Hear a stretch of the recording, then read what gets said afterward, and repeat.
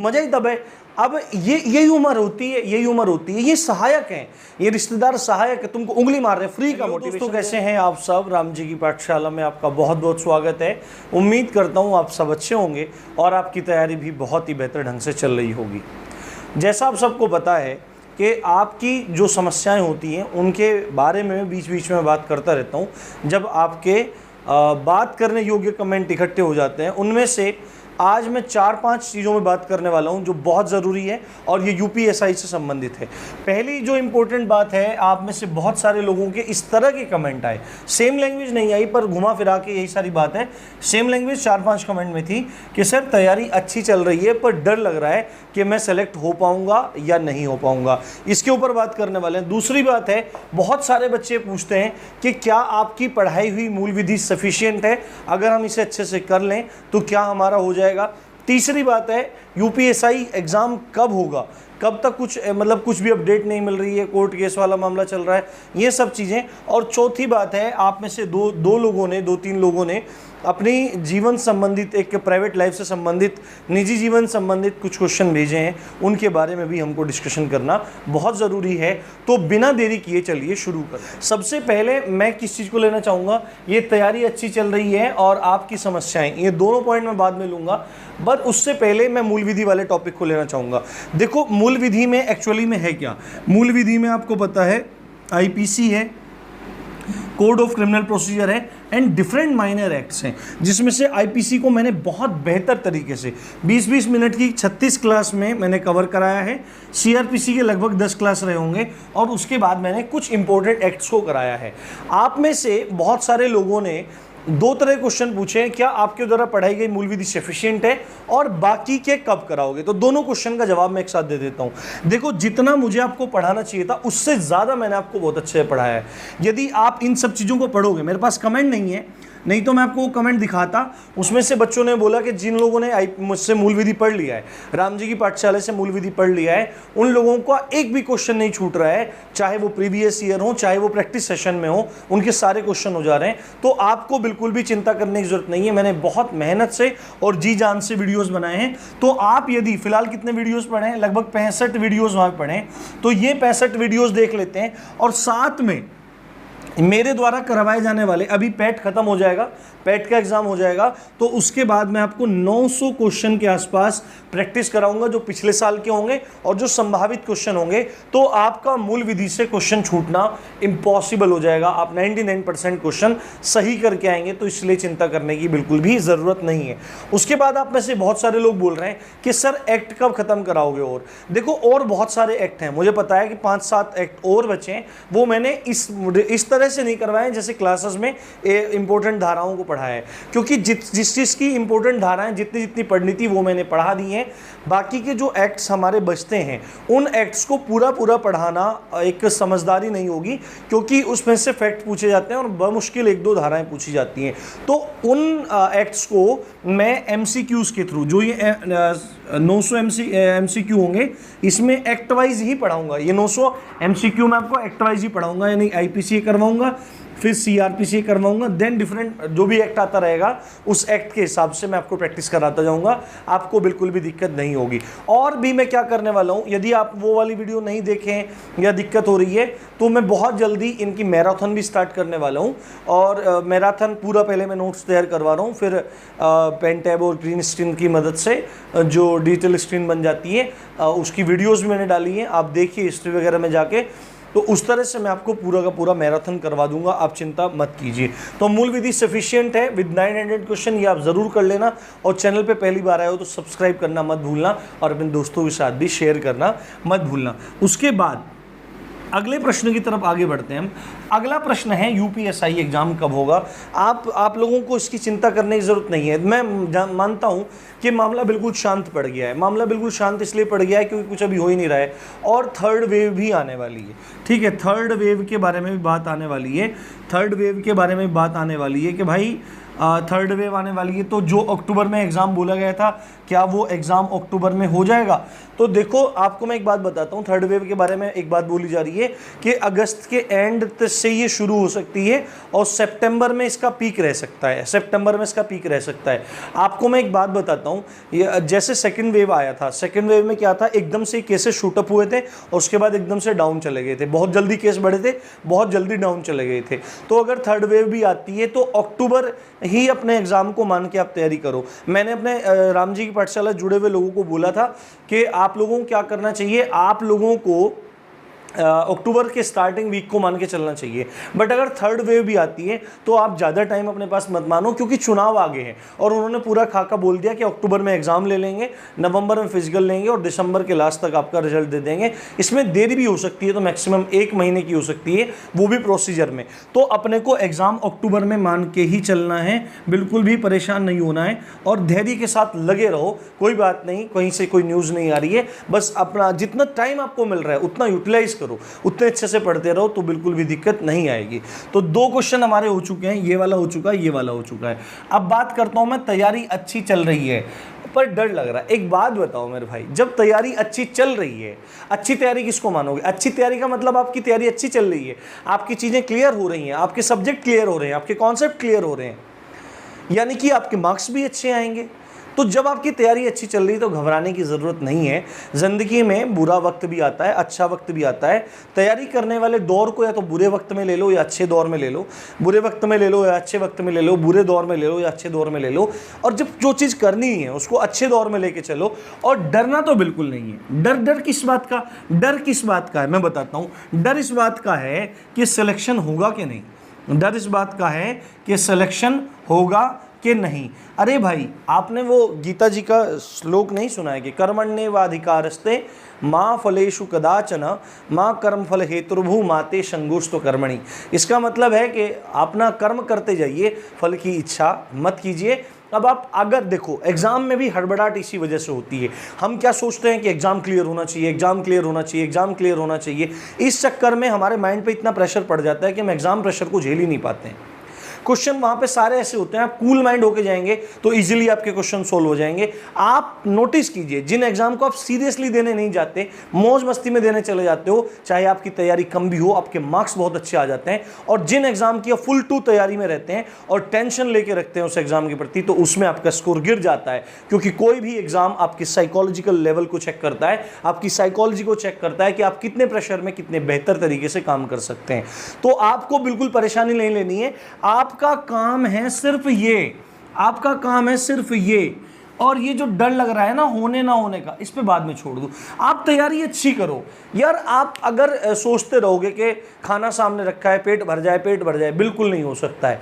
आपको क्या काम करना है, ये नहीं सोचना है कि भोजन, आपको ये नहीं सोचना कि भाई मेरा पेट क्यों नहीं भर रहा, क्यों नहीं भर रहा। आपको क्या काम करना पड़ेगा, आप पेट को भरना है तो सामने रख के भोजन को उठा के मुख में तो रखना पड़ेगा, मुख में रख के चबाना पड़ेगा, निगलना पड़ेगा।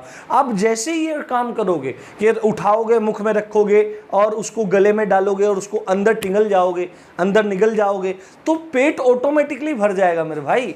तो डरने वाली बात नहीं है। वीर पुरुषों की तरह, वीरांगनाओं की तरह से व्यवहार करो।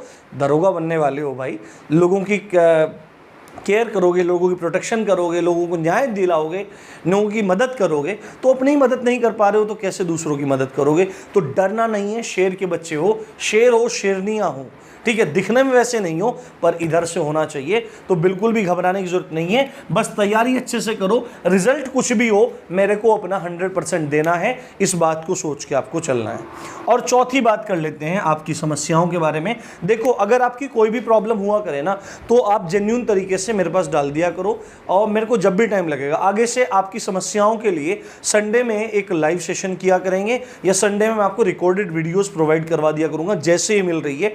आपको मैं एक चीज़ दिखाता हूं, आप लोग यहां देखो, एक भाई है, अब नाम तो पता नहीं उनके क्या है क्या नहीं है, इंग्लिश सीखो, नाम कुछ नहीं है, कोई दिक्कत नहीं है।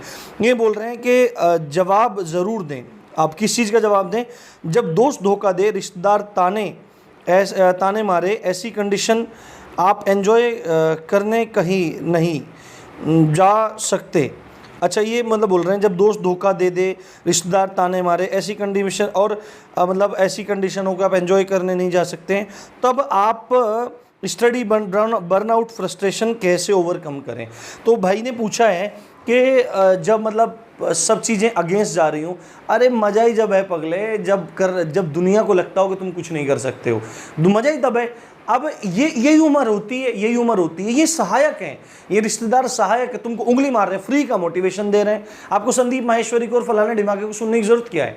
दोस्त धोखा दे दे तो ऐसे दोस्तों से दूर रहना चाहिए। दोस्त तो बहुत सोच समझ के बनाना चाहिए।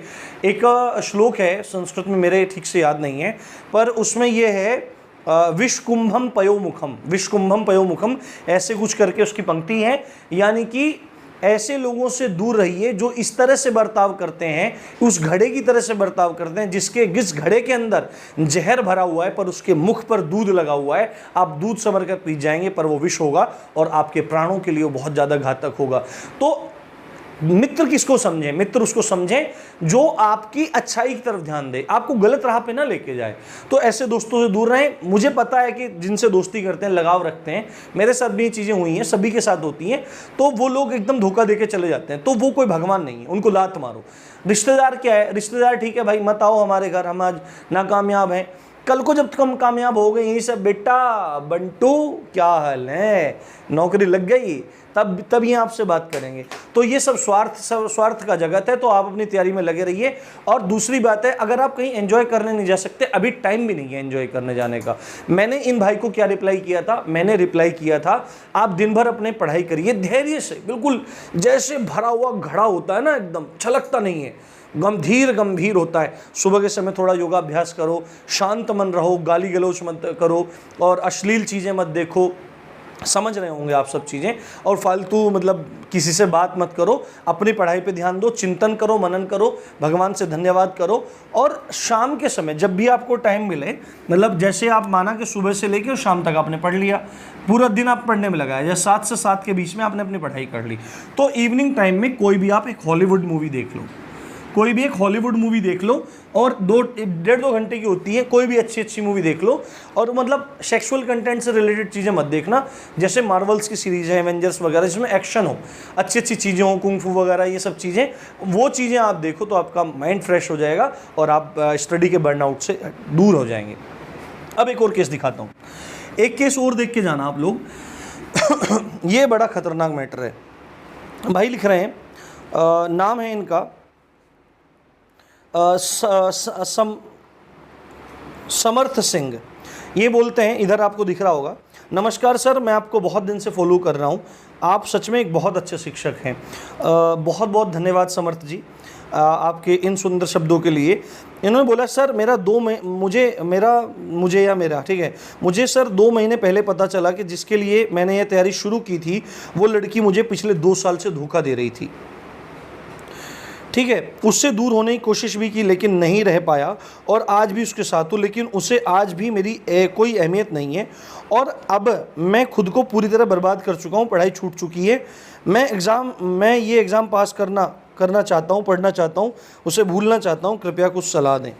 सबसे बड़ी बात है, जब आप अपने जीवन का आधार किसी ऐसे व्यक्ति को रखते हैं जिसका कुछ भरोसा नहीं है, आज के टाइम में मैं हमेशा मना करता हूँ यार, गर्लफ्रेंड बॉयफ्रेंड्स ठीक है, अब प्रचलन है, ये फैशन है कि गर्लफ्रेंड होगी तो ही ज़िंदगी है, बॉयफ्रेंड होगा तो ही ज़िंदगी है।